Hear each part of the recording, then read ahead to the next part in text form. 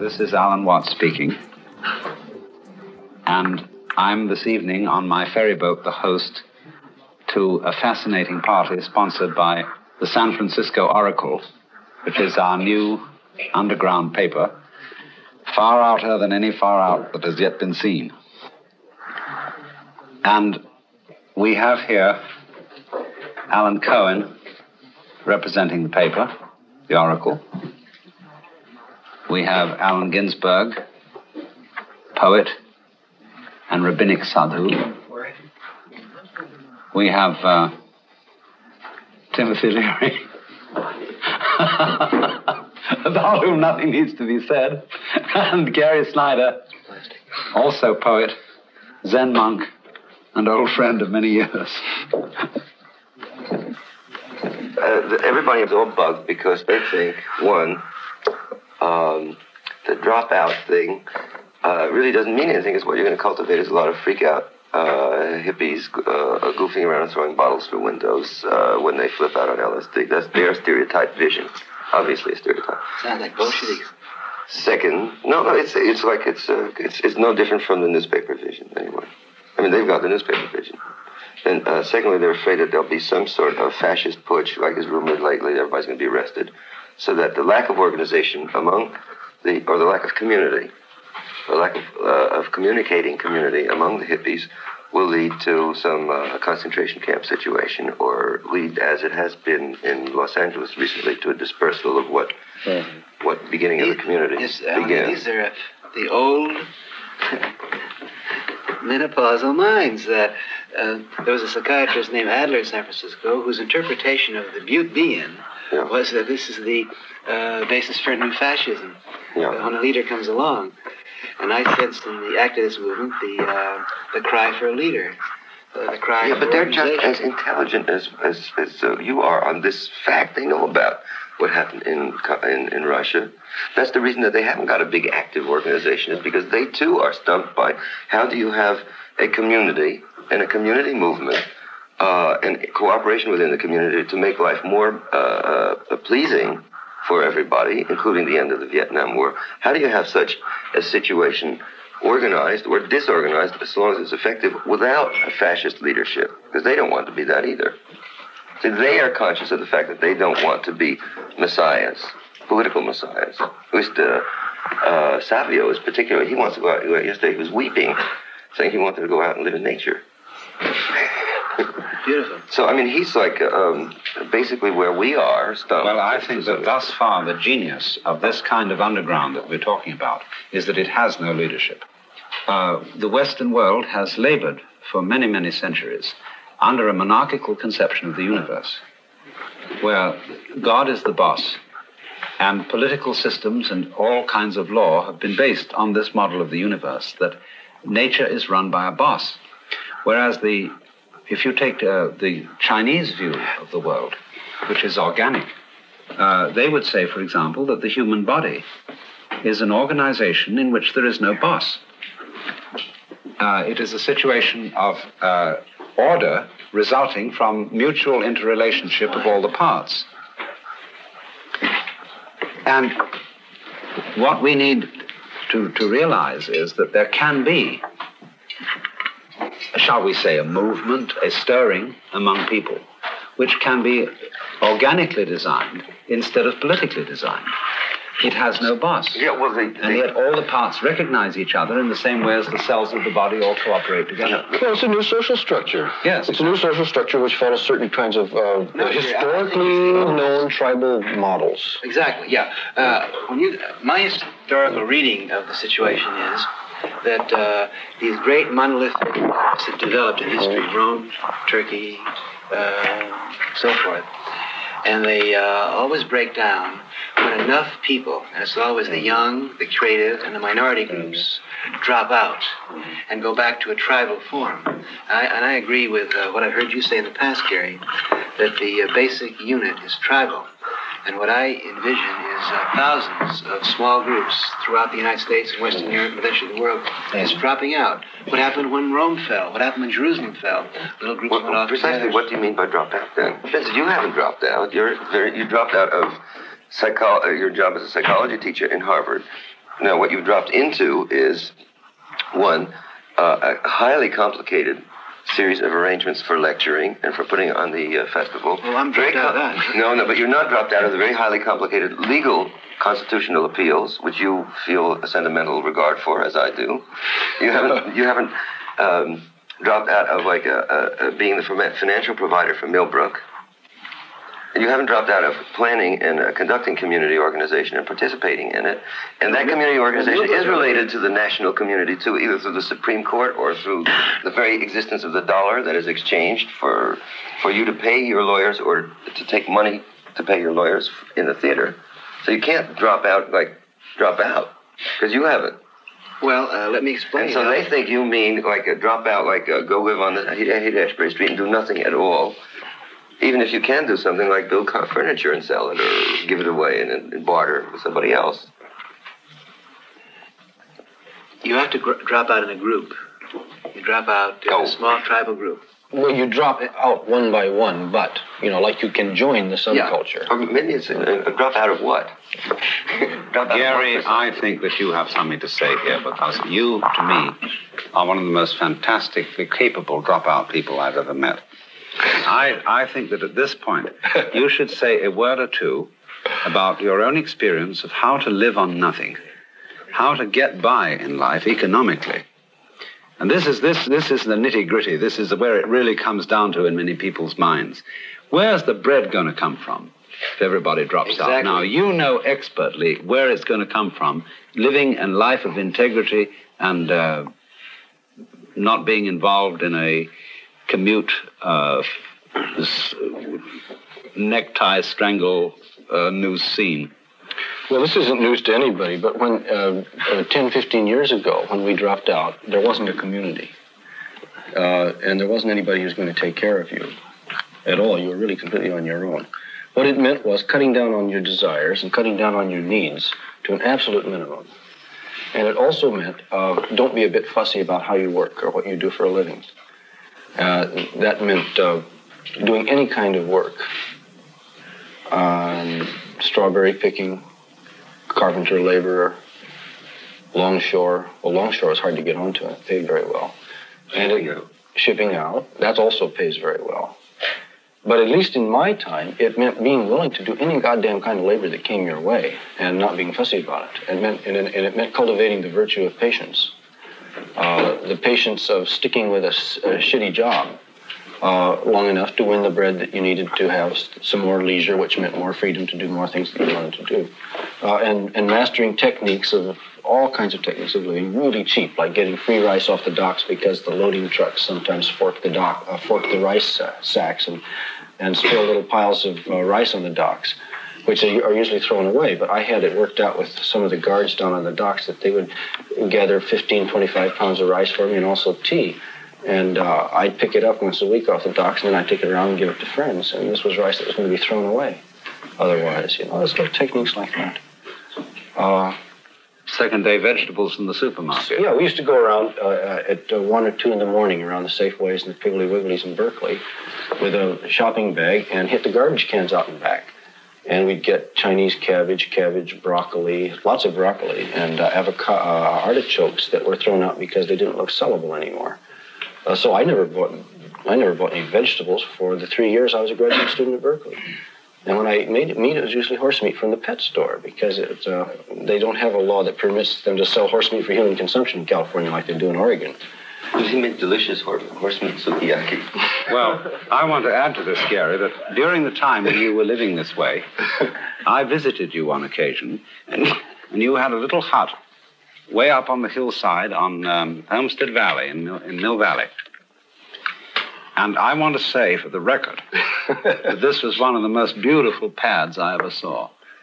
It was sweet and clean, and it had a very, very good smell to the whole thing. And you were living what I consider to be a very noble life. Now, then the question that next arises, if this is the way of being a successful dropout, which I think it is true, can you have a wife and child under such circumstances? Yeah, I think you can, sure. What about when the state forces you to send the child to school? You send it to school. Oh no! Come on, I don't see this as a dropout at all. I want to finish what I was going to say. That's the way it was 10 years ago. Today there is a community, a huge community, which when you drop out, when any kid drops out today, he's got a subculture to go fall into. He's got a place to go where there'll be friends and people that will put him up and people that will feed him at least for a while and keep feeding him indefinitely if he moves around from pad to pad. But that's just stage one. The value of the Lower East Side or of the district in Seattle or the Haight-Ashbury is it provides a first launching pad. Mm-hmm. But that must be seen clearly as a way station. I don't think the Haight-Ashbury district is a place, any city for that matter, is a place where the new tribal consciousness is going to live. Not so that when I mean drop out, and I don't want to be misinterpreted, I'm dropping out step by step. Millbrook, by the way, is a tribal community. We're getting closer and closer to the land there. We're working out our way of import and export with the planet. We consider ourselves a tribe of mutants, just like all the little tribes of Indians were. We happen to have our little area there, and we have to come to terms with the white men around us. So yes, there's no. Okay, but now look, your dropout line is fine for all those other people out there. You know, that's what you got to say to them. But I want to hear what you're building. What are you making? What are we building? Yeah, what are you building? I want to hear your views on that. Now, like it's agreed we're dropping out, and there are techniques to do it. Now, what next? Where are we going now? What kind of society are we I'm making the envisioning? prediction that thousands of groups will just look around the fake prop television set of American society and just open one of those doors. And when you open the doors, they don't lead to any room. They lead you out into the Garden of Eden, which is this planet. And then you find yourself a little tribe wandering around. As soon as enough people do this, enough young people do this, it will bring about an incredible change in the consciousness of this country and of the Western world. Well, that is happening, actually. Yeah. But that Garden of Eden is full of old rubber truck tires and tin cans right now, you know. Parts of it are. Each group that drops out has got to use its 2 billion years of cellular equipment to answer those questions. Hey, how are we going to eat? Oh, there's no more paycheck. There's no more fellowship in university. How are we going to eat? How are we going to keep warm? How are we going to defend ourselves? What is very important here is that people learn the techniques which have been forgotten, that they learn new structures and new techniques. Like you just can't go out and grow vegetables, man. You've got to know how to do it. You know, like we've got to learn to do a lot of things we've forgotten to do. I agree. That is very true, Gary. Our educational system in its entirety does nothing to give us any kind of material competence. In other words, exactly. We don't learn how to cook, how to make clothes, how to build houses, how to make love, or to do any of the absolutely fundamental things of life. The whole education that we get for our children in school is entirely in terms of abstractions. It trains you to be an insurance salesman or a bureaucrat or some kind of cerebral character. Within the next 5 years, probably, a modest beginning will be made in subculture institutions of higher learning that will informally begin to exist around the country and will provide this kind of education without being linked to the establishment, to big industry, to government. Well, it's already happening. It's already happening. I think that we'll see a big extension of that, employing a lot of potentially beautiful teachers who are unemployed at the moment, like there are gurus who are just waiting to be put to use, and also drawing people who are working in the universities with a bad conscience off. To join that. Exactly. See, but there's a whole new order of technology that is required for this. A whole new science, actually. A whole new physical science is going to emerge for this. Because the boundaries of the old physical science are within the boundaries of the Judeo-Christian and Western imperialist boss sense of the universe that Alan was talking about. In other words, our scientific tradition is caught within the limits of that father figure, Jehovah, or Roman emperor model. Which limits our scientific objectivity and actually holds us back from exploring areas of science which can be explored. Exactly. So that really, a new technology goes with this. Exactly. It's like the guy in Los Angeles who had a bad trip on LSD and turned himself into the police and wrote, "Please help me," signed Jehovah. Oh, beautiful. That's how he caught on, huh? But here, though, is this thing, you see. We are talking about all this, which is really a rather small movement of people involved in the midst of a fantastic multitude of people who can only continue to survive if automated industry feeds them, clothes them, houses them, and transports them by means of the creation of immense quantities of ersatz material, fake bread, fake homes, fake clothes, and fake autos. In other words, this thing is going on. This huge, fantastic numbers of people increasing. People think, the population problem, something's going to happen in 5 years from now. Yeah. They don't realize it's right on us now. People are coming out of the walls. We got to start immediately putting the technology underground. I can think of different ways that we can do this symbolically. The solstice, last April 21st, a group of us went out in front of the house in Millbrook, and we took a sledgehammer, and we spent about an hour breaking through the road. And we got this incredible piece of asphalt and rock about 4 inches. And then we said, hey, underneath this planet somewhere, there's dirt. Yeah, and it was really magical. And once you get a little piece taken out, it took about an hour to get one little piece, then you just go underneath it, and it begins to crumble. So that I think that we should start a movement to 1 hour a day or 1 hour a week, take a little chisel and a little hammer and put a little hole in some of this plastic and just see some earth come up and put a seed there. I can foresee, and then put a little ring of mandalic ring of something around it. I can see the highways, and I can see the subways, and I can see the patios and so forth. Suddenly, the highway department come along and say, there's a rose growing in the middle of Highway 101. And then the robot power group will have to send a group of the highway department to kill the rose and put the asphalt down on the gentle, naked skin of the soil. Now, when they do that, we're getting to them. There'll be pictures in the paper, and consciousness is going to change, because we've got to get to people's consciousness. We've got to let people realize what they're doing to the earth. Yeah, but that's the area of poetry you're dealing with now. There we go. I'm the poet, and you're the politician. I've told you that for 10 years.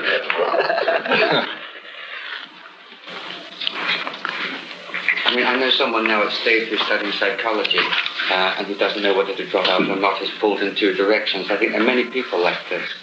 Yes, I think he should drop out, and I want to be absolutely clear on that. And the papers, nobody wants to listen to that simple 2-syllable phrase. It gets jargled and jumbled, and I mean it. Now, everyone has to decide how he drops out and when, and he has to time it gracefully, but that's the goal. Now, I can foresee that you might work for Susan Roebuck for 6 months to get enough money to go to India. But that's part of your dropout. And what I'm doing today now is part of my dropout. I do have responsibilities, contracts, and I don't think that anyone should violate contracts with people that they love. But look at a all contract this. with the university, fine, quit tomorrow. Therefore, I have to detach myself slowly. When I was in India 2 years ago... India, but, the university's personal relations also. I mean, they're not in contact with the university, they're in contact with persons. Yeah. They can't reject those persons necessarily. Well, you want can to favor your bodhisattva among those persons. You can, as Tim says, you can gracefully drop out at one time or another, which I take to mean... I was teaching at Berkeley last week. What do you mean, drop out? You've got to do your yoga as a college professor. It's part of the thing you're going to have to go through. And after you do that, then you'll shudder and run for the door. Surely the facts of the matter is that you can do this on a small scale, as an individual, where just a few people are doing this, as they always have done. There have always been a kind of elite minority who dropped out, who were the sages in the mountains. We're talking a drama now. You're not talking about, anthropological realities. The anthropological reality is that human beings, in their nature, want to be in touch with what's real in themselves and in the universe.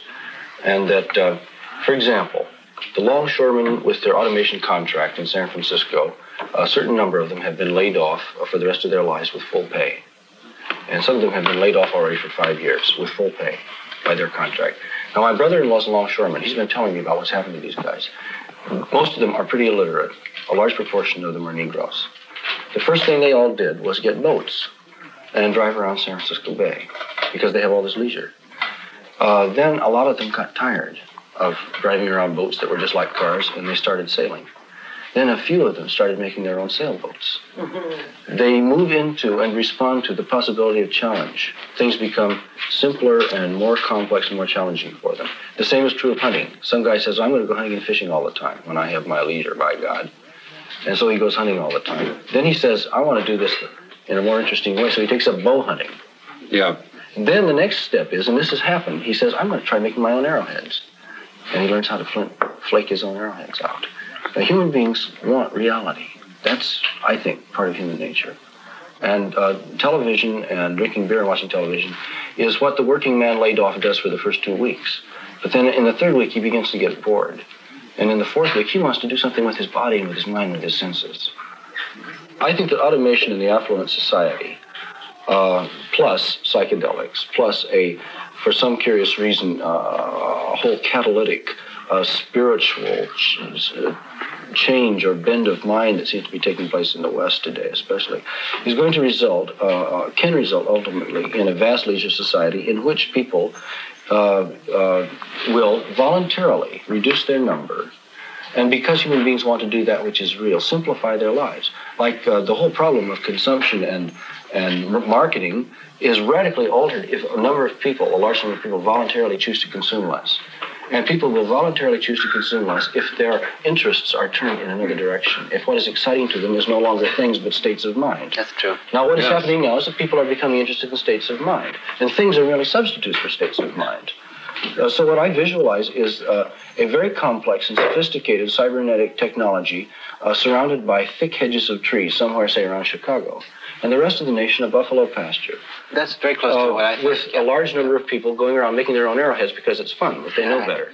They know they don't have to make it.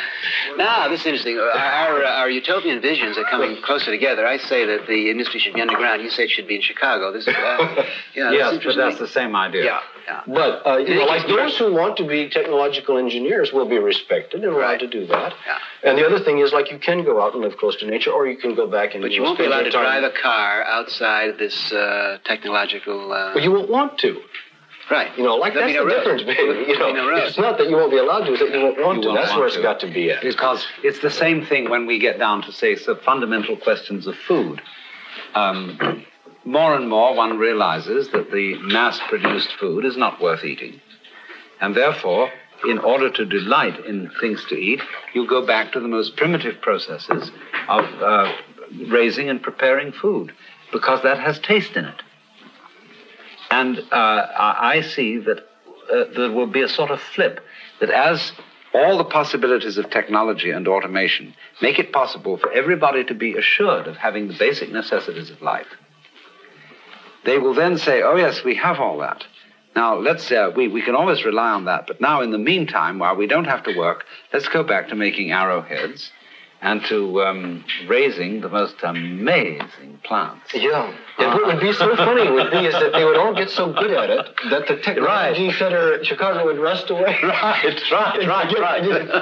They'd forget they needed it even. That's exactly what's going to happen. The psychedelic dropouts are going to be having so much fun. They're going to be so much obviously But Tim, healthier. do you see any indication among people who are at present really turned on that they are cultivating this kind of material competence? Now, I haven't seen too much of it yet. I went to... Some of those kids at Big Sur have got it. Yeah, maybe you're right. They're learning. Like a few years ago, they used to go down to Big Sur and they didn't know how to camp or how to dig latrines. But like what Martine has been telling me, and what I've seen down there lately, is that they're getting very sharp about what to gather that's edible, how to get sea salt, what are the edible plants, the edible seaweed. And the revolutionary technological book for this state is A.L. Kroeber's Handbook of the California Indians, which tells you what's good to eat and how to prepare that's what I wanted you to bring out. But the thing is this, look, so many people I know... And also what to use for Tampax, milkweed fluff. Beautiful. And diapers made of shredded cedar bark. Yeah. The whole thing is all there. What was the name of that book? A.L. Kroeber. Handbook of the California Indians. Beautiful. But the thing that is this, I found so many people who, are of the turned-on type. And the circumstances and surroundings under which they live are just plain cruddy. You would think that people who had seen what you can see with the visions of psychedelics would reflect themselves in forms of life and art that would be like Persian miniatures, because obviously Persian miniatures, Moorish arabesques are all reflecting the state of mind that people have turned on. And they are rich and glorious beyond belief. Majestic. Majestic, yeah. Well, now, why doesn't it so occur? It is slowly beginning to happen, because I've noticed that recently all turned-on people are becoming more colorful. They're wearing beads and gorgeous clothes and so on and so forth. And it's gradually coming out because you remember the old beatnik days when everybody was in blue jeans and ponytails and no lipstick and drab and crummy. What? Now something is beginning to happen. It wasn't quite that bad, but we were mostly concerned with not being consumers then. Yes, I know. Now I see it beginning to happen. Timothy here, instead of wearing his old, whatever it was that he used to wear, has now got a white tunic on with gold and colorful gimp on it. Gimp? Yes. And it's very beautiful. And he's wearing a necklace and all that kind of thing. And color is at last coming into the scene. Well, okay, let's Well, get that's going back let's before get the Roundheads and before Cromwell. Yes, it is. Let's get practical here. I think we're all concerned about the increasing number of people who are dropping out and wondering where to go from there. Now let's come up with some practical suggestions which we might hope could unfold in the next few months. And the next year. There's three categories: wilderness, rural, and urban. Yeah. Like there's going to be bush people, farm people, and city people. Bush tribes, farm tribes, and city tribes. Beautiful. That makes immediate sense to myself. Let me throw in. How about beach people? The word is evil and technology. Somehow they come together. And when there's an increase in technology and technological facility, there's an increase in what we usually call human evil. I wouldn't agree with that, no. No, there's all kinds of non-evil technologies. I'd like to ask for clarification about something that... No, like flint, Neolithic obsidian flaking is technology. But in our advanced stage, it produces evil. Suffering, Yes, but what you mean, I think, is this, that when you go back to the great myths about the origin of evil, actually the Hebrew words which say good and evil as the knowledge of good and evil being the result of eating the fruit of the tree of knowledge, these words mean advantageous and disadvantageous, and they're words connected with technical skills. And the whole idea is this, which you find reflected in the Taoist philosophy, that the moment you start interfering in the course of nature with a mind that is centered and one-pointed and analyzes everything and breaks it down into bits, the moment you do that, you lose contact with your original know-how, by means of which you now color your eyes and breathe and beat your heart. And for thousands of years, mankind has lost touch with his original intelligence. And he has been absolutely fascinated by this kind of political godlike controlling intelligence where they can go and analyze things all over the place. And he has forgotten to trust his own organism. Now, the whole thing that everything is coming to be realized today, not only through people who take psychedelics, but also through many scientists, they're realizing that this linear kind of intelligence cannot keep up with the course of nature. It can only solve trivial problems when the big problems happen too fast to be thought about in that way. And so those of us who are in some way or other, through psychedelics, through meditation, through what have you, are getting back to being able to trust our original intelligence, are suggesting an entirely new course for the development of civilization. Well, it happens that civilization develops with the emergence of specialization in labor. Yes. And the emergence of a class structure. A class structure can't survive or can't put across its principle and expect people to accept it if they believe in themselves. If they believe individually, one by one, that they are in some way godlike or Buddha-like or potentially Illuminati. So that it's almost ingrained in civilization. And Freud said this, civilization as a neurosis, that part of the nature of civilization is that it must put down the potential of every individual development. And this is the difference between that kind of society which we call civilized and that much more ancient kind of society which is still viable and still survives, which we call primitive, in which everybody is potentially a chief, and which everybody, like among the Comanche or the Sioux, everybody in the whole culture was expected to go out and have a vision at one time in his life. In other words, to leave the society, to have some transcendental experience, to have a song and a totem come to him, which he need tell no one ever, and then come back and live with this double knowledge in society. In other words, through having had his own isolation, his own loneliness, and his own vision, he knows that the game rules of society are fundamentally an illusion. And then the society not only permits that, the society is built on that. Right. That everybody has one side of his nature which has been out of it. That society is strong and viable, which recognizes its own provisionality. And no one who ever came in contact with the Plains Indians didn't think they were men. Didn't think what? Right. They were men. They were men. Yeah. Every record of American Indians, from the cavalry, the pioneers, the missionaries, the Spaniards, says every one of these people was men. In fact, I was reading something just the other day talking about the Yurok Indians, an early explorer up there, comment on their fantastic self-confidence. Said every Indian has this fantastic self-confidence. And they laugh at me, he said. They laugh at me and they say, "Aren't you sorry you're not an Indian?" Poor wretched Indians, this fellow said. Well, that is because every one of them has gone out and had this vision experience, has been completely alone with himself and face-to-face with himself, and has contacted powers outside of what anything the society could give him. And society expects him to contact powers outside of society in those cultures. Yes, every healthy culture does. Every healthy culture provides for there being non-joiners, sannyasi, hermits, monks. This is the next step. Every healthy society has to tolerate this. See, a society like the Comanche or the Sioux demands that everybody go out there and have this vision. And incorporates it and ritualizes it within the culture.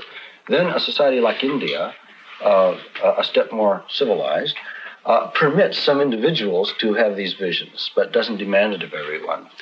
We have to wonder why some people are more ready to drop out than others. It may be explained by theory of reincarnation.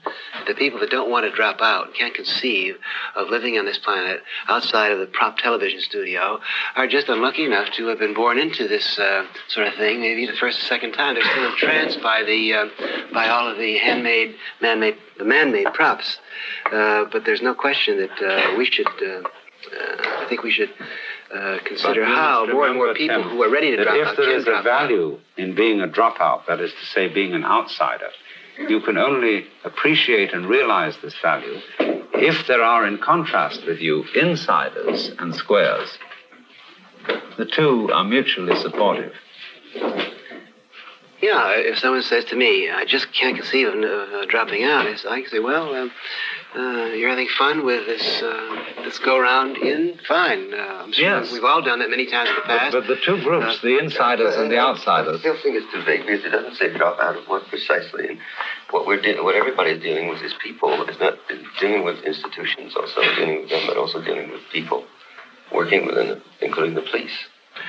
Like you have to be able to, if you're going to talk this way, you have to be able to specifically say to someone in Wichita, Kansas, who says, "I'm going to drop out." Yeah. What do you advise? How do you advise me to stay living around here in this area, which I like? Let's be less historical now for a while. Let's be very practical about ways in which people who want to find the tribal way. Well, this is what I've been telling to kids all over Michigan and Kansas. For example, I've had this question. I tell them, first of all, do you want to live here or do you want to go someplace else? Good. All right, they say, "I want to stay around where I am." I say, "Okay, get in touch with the Indian culture here. Find out what was here before. Find out what the mythologies were. Find out what the local deities were. You can get all of this out of books. Go and look at your local archaeological sites. Beautiful. Pay a reverent visit to the local American Indian tombs and also the tombs of the early settlers. Find out what your original ecology was. Is it short grass prairie? Is it long grass prairie here? Beautiful. Go out and live on the land for a while. Set up a tent and camp out and watch the clouds and watch the water and watch the land and get a sense of what the climate is here. Because since you've been living in a house all your life, you probably don't know what the climate is. Beautiful. Yeah. Then decide how you want to make your living here. Do you want to be a farmer or do you want to be a hunter and food gatherer? You start from the ground up. And you can do it in any part of this country today, cities and all. You But suggest... for this continent, I take it back to the Indians. Yeah, I agree with you completely. Find out what the Indians were up to in your own area, whether it's Utah or Kansas. That is a stroke New of Jersey. cellular revelation and genius, Gary. That's one of the wisest things I've heard anyone say in years. That's exactly how it should be done. I do see the need for transitions, though, and you say that there will be city people as well as country people and mountain people.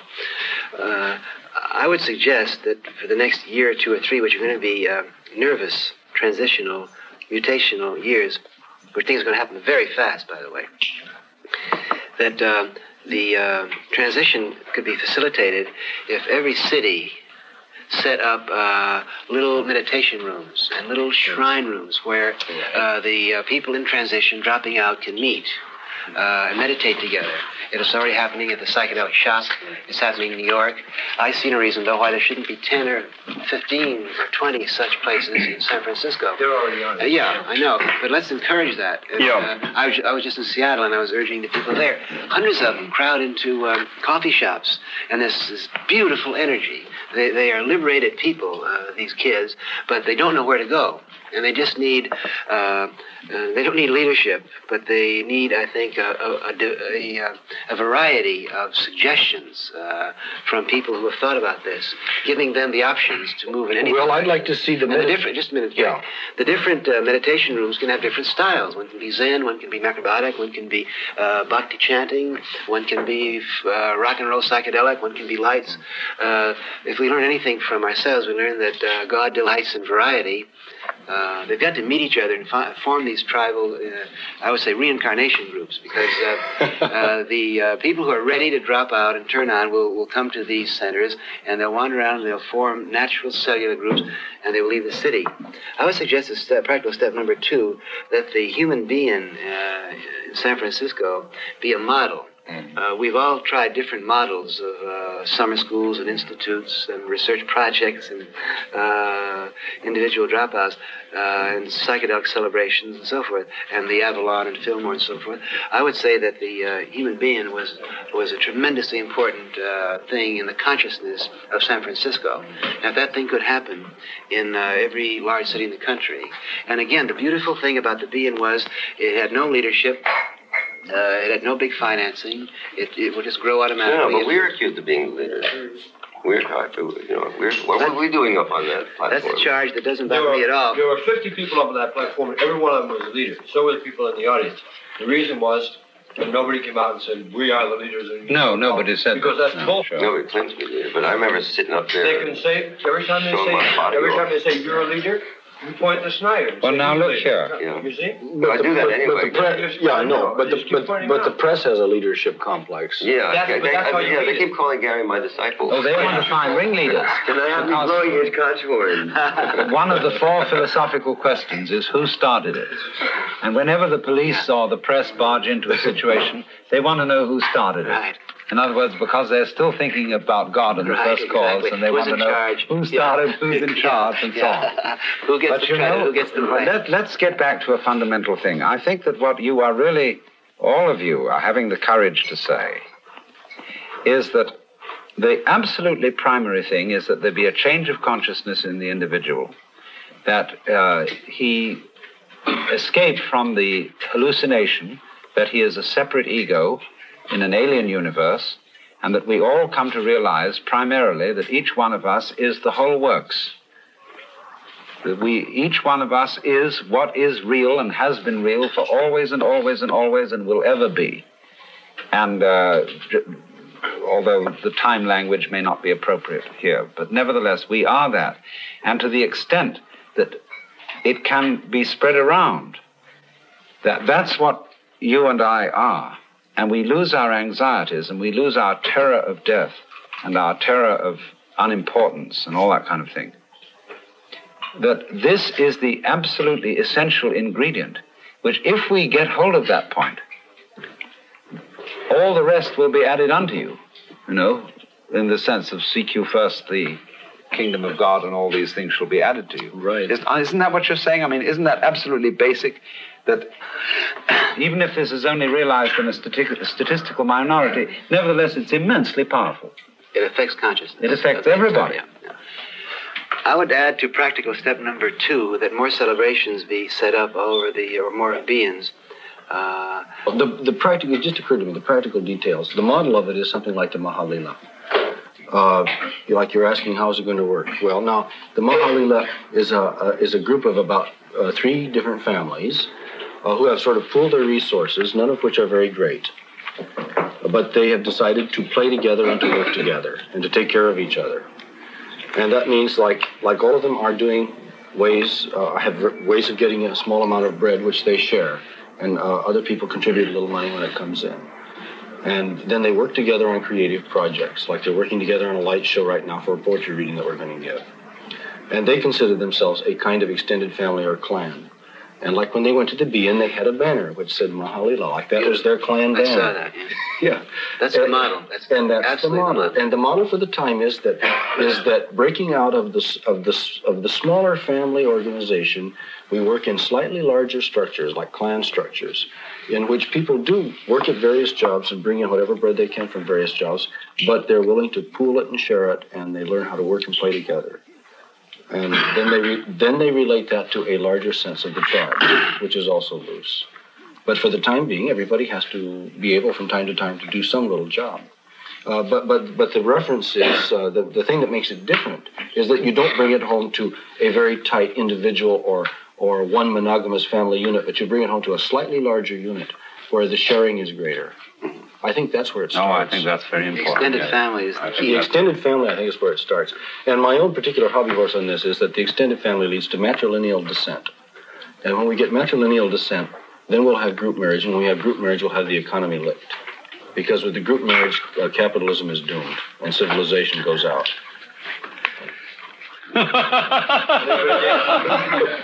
Practical step number 3, which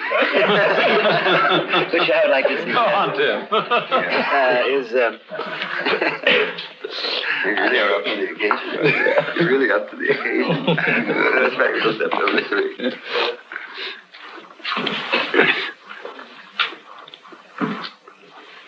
I think we should encourage extended families everywhere. Yeah.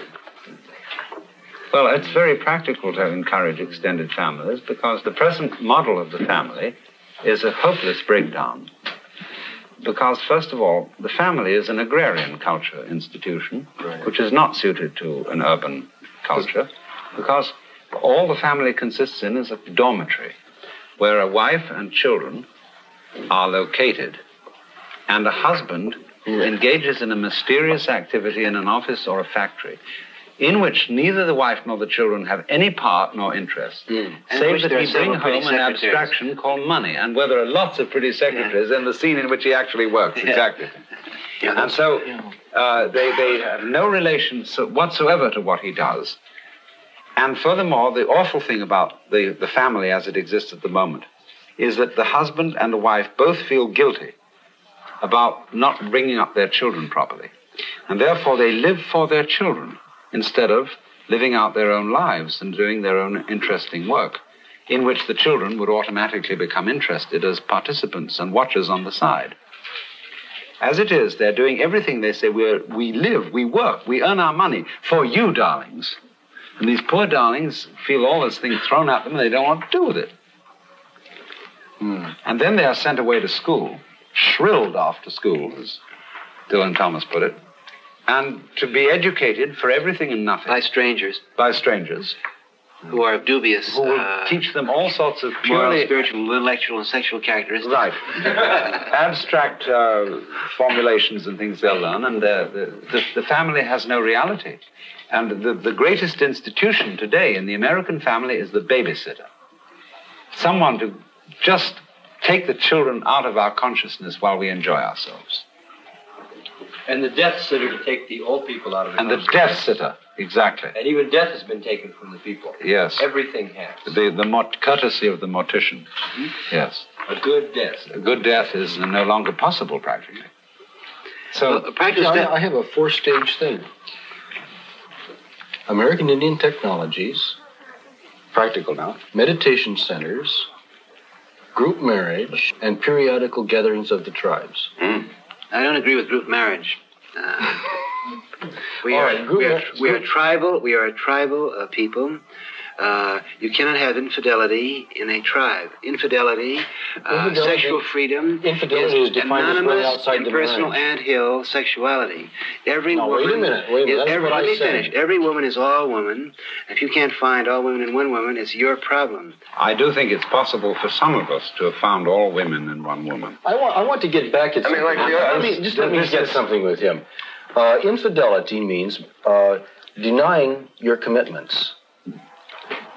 Now, if your commitments are within a group marriage, then fidelity is being true within your group marriage.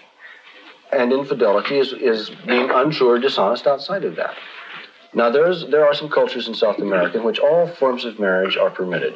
There are group marriages, polyandrous marriages, polygamous marriages, and monogamous marriages. By group marriages, just a moment, let's get a question of definition here. Okay, group marriage is where a number of people, as a group, whatever the number is, announce, a marriage is a social announcement of commitment. Yeah. Announce that we will be responsible for the children we produce and for each other. So, in other words, all males and all females in this group can be in mutual intercourse with each other. Yeah. But not outside the group. But not outside the group. Outside the group. Well, you make rules to take care of that. You got to bring in. I'm not making rules. I'm just telling you what the anthropological precedences are for these things. Yes. It happens that in this South American culture that the majority of the marriages are monogamous. But it also happens that there are some polyandrous, some polygamous, and a few group ones. And I think that what we can allow is people to combine in whatever combinations they wish. Oh, I certainly would agree with that. When people, just as Lao Tzu said, when the great Tao lost, there came talk of duty to man and right conduct. And so when the essential idea of love is lost, there comes talk of fidelity. That actually, the only possible basis for two beings, male and female, to relate to each other is to grant each other total freedom. And say, I don't put any bonds on you, you don't put any bonds on me, because I want you, I love you the way you are.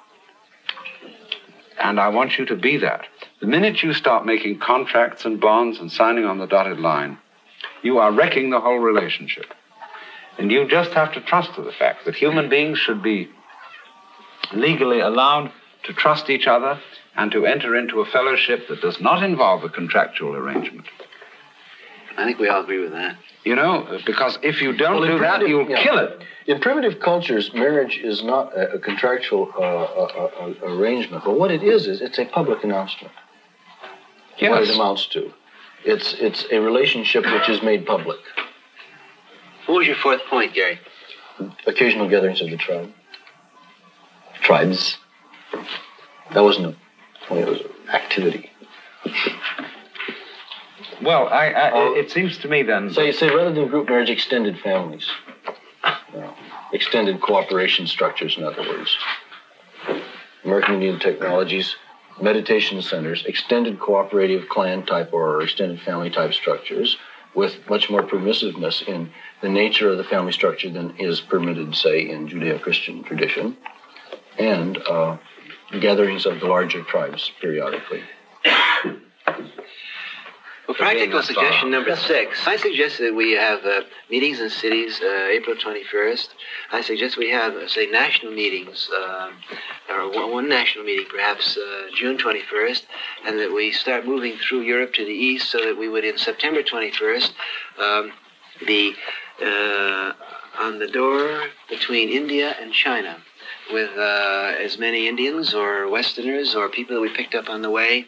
I think that's the quickest way to end racial prejudice in the war in Vietnam. Some cultures aren't going to understand this yet. And I don't think you get more than 20,000 people. And that was done anyway, all the way around there. And that was done anyway by Shankara Dale, and he got stopped at the border of Burma. But you know, let him through, but they wouldn't, he couldn't, the Chinese wouldn't let him through, and the Indians were upset. there's a social and historical problem here. One is that California's the only place that's ready for this, probably. Right. San Francisco is the place. Yeah. Like you couldn't do this in Japan. Well, it's already done that. Now let's move it out. No, but you can't do it yet. It hasn't done it yet.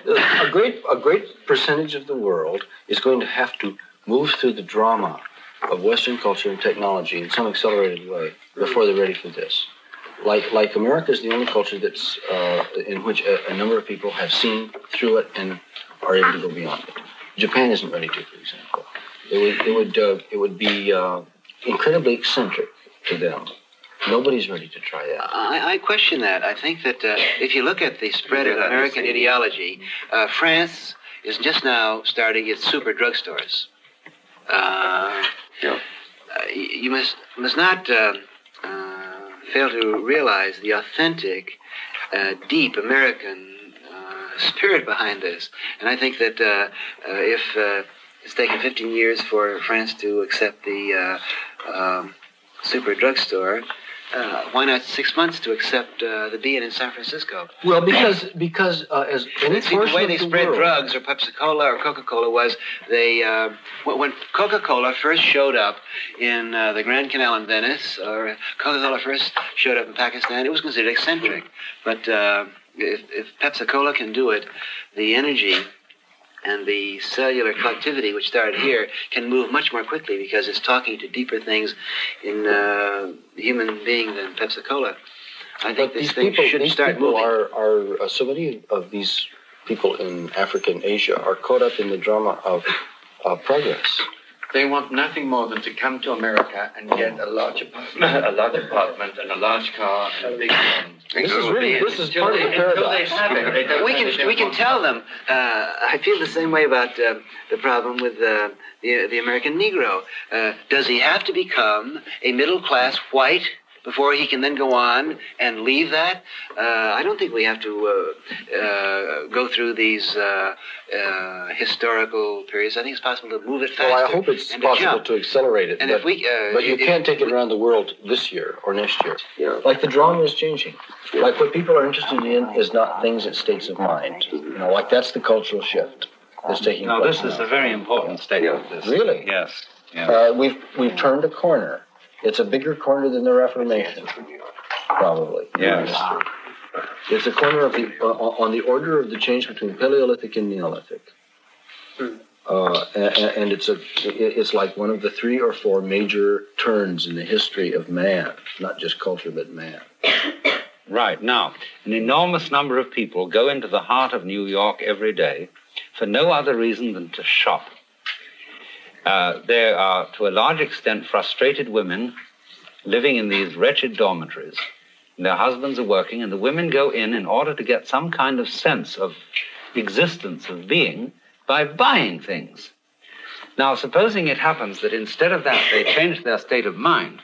Right. Instead of going out, and buying something, they change their state of mind sitting where they are in the first place. Then Bonwit Teller, everything in the middle of town simply collapses. Lord and Taylor, and so on. There's no more reason for existence. It's like Market Street in San Francisco, where everything is slowly falling apart because it's so ridiculous to park there, and you can't get at the place anyhow. So where are people going to buy their Uber tape machines and their Nagras? Suppose they don't want them. Pardon me? Suppose they don't want them. Well, we all have them. We'll buy them from Japan. We're transitional figures. Suppose it's decentralized. Yeah. No, like we don't need them. Like I would be happy to hear Larry Bird sing his corn dance and his buffalo dance, and I don't want to tape it. I'll hear it, and that's in my mind for the rest of my life. Right. Well, the problem here is that there's a withering away of the state. Yeah. But advanced electronics. It's called let the state disintegrate. Well, advanced technology, such as we're talking about, unless you can magically transform it into some Buckminster Fuller body, each individual tribe can operate and create whatever it needs.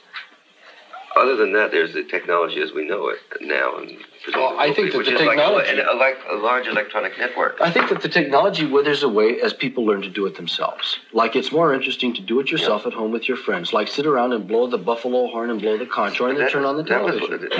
And then turn on the television. And not turn on the television. But that was like conditions that were possible for when the continent held 50 million Indians. Yeah. But now the continent holds a great many more. And that's still what's most interesting. But to do what you can do yourself. the whole problem is reproduction. It's not only the reproduction of the species in a sex sequence, Well, that's arbitrary. but reproduction as we are now reproducing what we are saying on tape. Because if, supposing this conversation were very turned on and far out, I don't know whether it is or not, people would say, oh, what a pity that didn't get recorded. Somebody See, remembers because it didn't really happen unless it was recorded. And increasingly we are developing all kinds of systems for verifying reality by echoing it.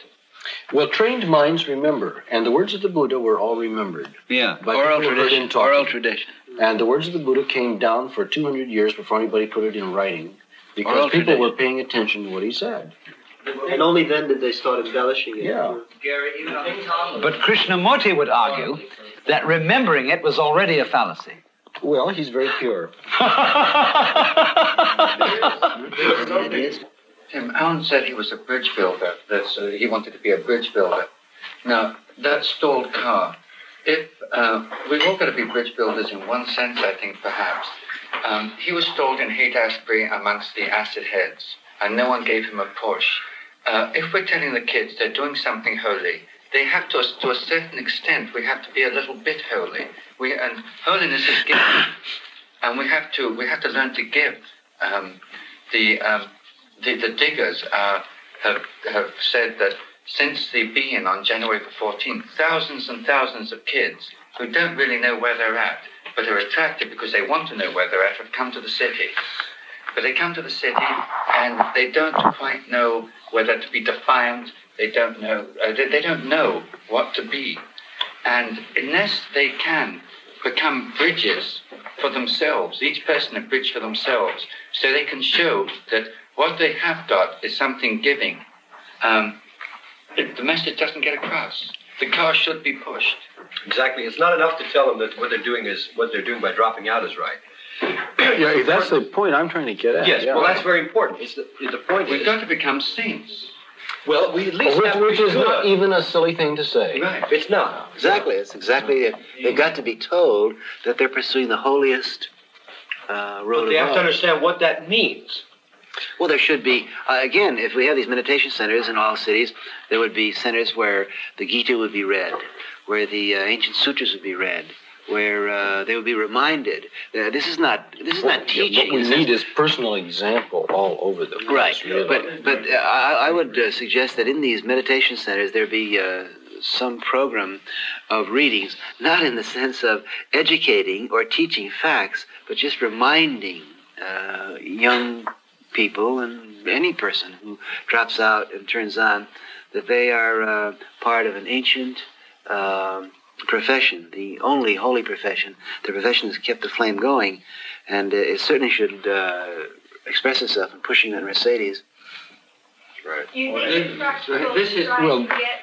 Pardon? Do you think it's practical to try to get some sort of meditation in the public schools? No, drop out of the public schools. The public schools cannot be compromised with.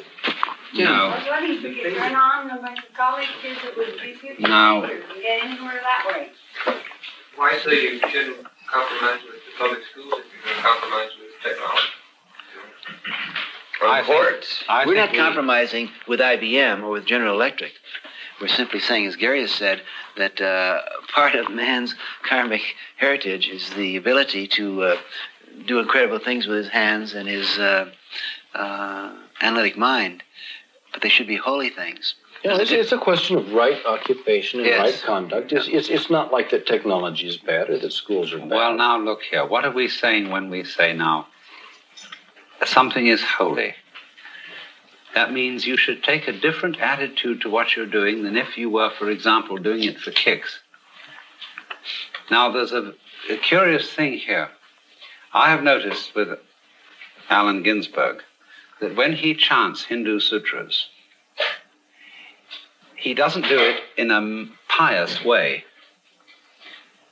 Right. There's a joyousness and there's a feeling of delight to doing this chant that has more Wiggling zip to it than anything jumping. we knew in the past as being holy. Now, when you was doing something holy in the past, you had to put on a solemn expression of saying, we are doing this, but it hurts, but it's good for us. He's not doing that when he chants that. He's not saying it hurts and therefore it's good for me. He's saying it's good for me because I enjoy it. It's gorgeous. I'm going right in there and I'm going to say all these Om Hari Rama Krishna Rama Hari Ram Hari, etc. You see? He's turning himself on. And I told love and love is joy. right, and I told some nuns a little while ago where the Mother Superior came and they were all talking about the reform of the liturgy and how the Catholic Church has gotten itself in a mess by translating the Latin liturgy into terrible English, and all the magic has gone out of it.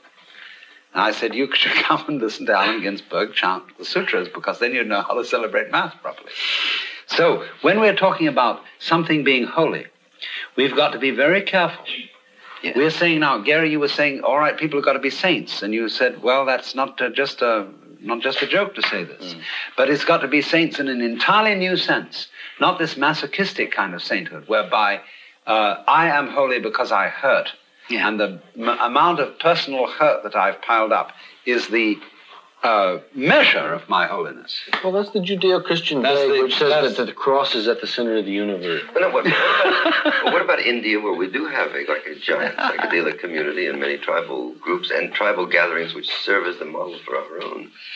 What kind of material system is that? And would that be acceptable to Mario Savia? Sure, it's acceptable.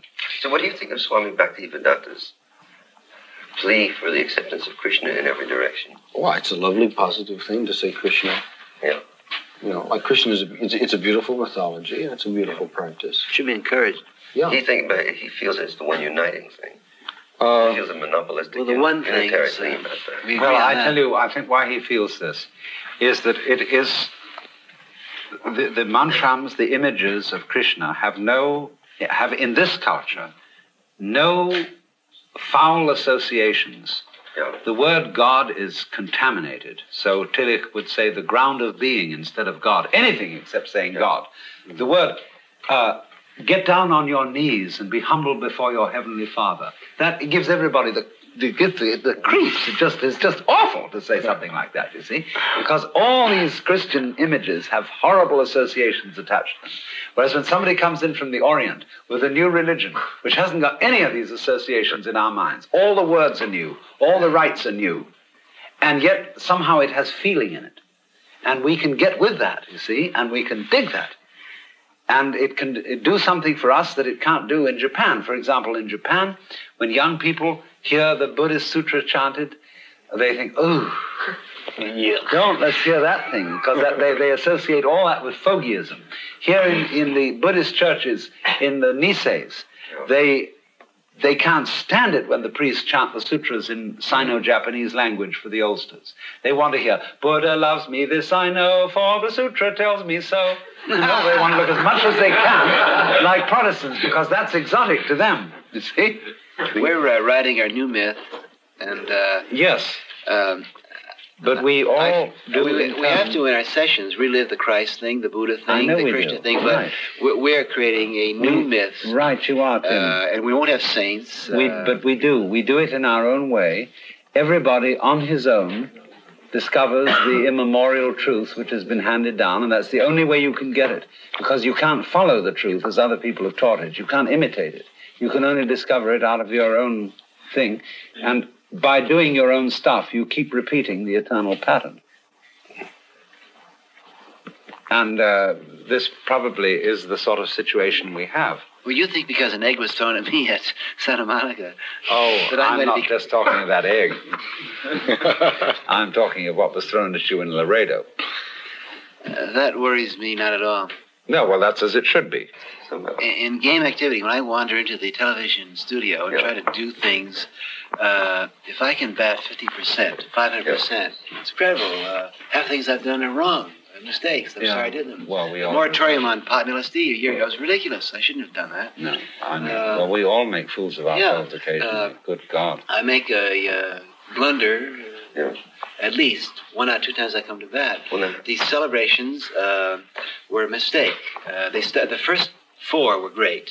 They were spontaneous religious outbursts. But then it became a success. And people said, yes, you got to keep them going. You got to take it around the country and so forth. That was a mistake. It was a mistake to make it commercial, a mistake to have it in the theater, a mistake to charge admission, a mistake to keep a static form going. And we've dropped out of it. Well, what are you going to do with the celebration? It was beautiful, though. The first four celebrations were have you any way of finding a ritual for celebration, which, you know, or are you making use of the established rituals or the historical knowledge that's been coming out lately on ritual to make a celebration which is you know, like really communal and beautiful? Or do you want to in San Francisco was I think that the high point. Yes. And every time I've talked since that being, I said, listen, we're dropping out of the theater celebrations. Goodbye, show business. Real. Yeah. Robert Oppenheimer is reported to have said quite recently that obviously the world is going to hell. And the only way that it could be stopped was not to try to prevent it from happening. That's pretty far out. Yeah, in other words, when there is a game going on, the atomic bomb. when there is a game going on that's on a collision course, and that this game obviously is going to lead to total destruction, the only way of getting people out of a bad game is to indicate that the game is no longer interesting. Mm-hmm. Right. See, we've left this game, and it bores us. And we've got something going on over here, which is where it's at, you know? That's the point. And this is where it's at, and everybody who's playing this game, you know, we're in that plane going, yeah, on the mark, you know? And suddenly they realize that that's not where it's at. Something people are doing over on the other side. And they go, what's going on there? Let's go out to Haight-Ashbury and see what's happening over there, because maybe something's happening. Instead of, really, Tim, instead of the emphasis on the dropping out, I think in a sense it's more to the point to say there's something else going on. Right. Yeah. It doesn't sound alliteratively correct, though. No. Tune in, turn on, there's something else going on. He's got to... Unless his language is interpreted in a way which is understandable and acceptable. Well, that's a matter of finding a euphonious formula. If it had been... We just tune in, so say that. You know, turn on, drop out, tune in. Well, he really means drop out, he keeps saying, and then finally we just bring the transistors back in all the time. People like Mario Savio are offended by the word drop out because it offends the bodhisattva feeling of compassion. Yeah, want to very express definitely. compassion. And because it's negative rather than positive in its overtones, as the last of the three. The last of the three should be... Well, now look here, Tim. At that thing in Santa Monica, you made 2 points. One was, A, you can't stay high all the time, because when you finally come down from the high, you realize that the ordinary state of consciousness is one with the high state. This, to me, has been the most fantastic thing in all my LSD experiences, that the moment I come down is the critical moment of the whole experience. I suddenly realize that this everyday world around me is exactly the same thing as the world of the beatific vision. Right. Now, then, how do you integrate that realization with the dropout? All right, we'll change the slogan. I'm completely with Mark McLuhan. Everything I say is just a probe. I'm trying to get people to... yes, I get that. I do the same thing. Seattle, we were banned from Seattle, and I went up there and talked about menopausal mentality and drop out, and all the cocktail parties, and what does it mean, drop out? Menopausal mentality, what does it mean, drop out? I would agree to change the slogan to drop out, turn on, drop in.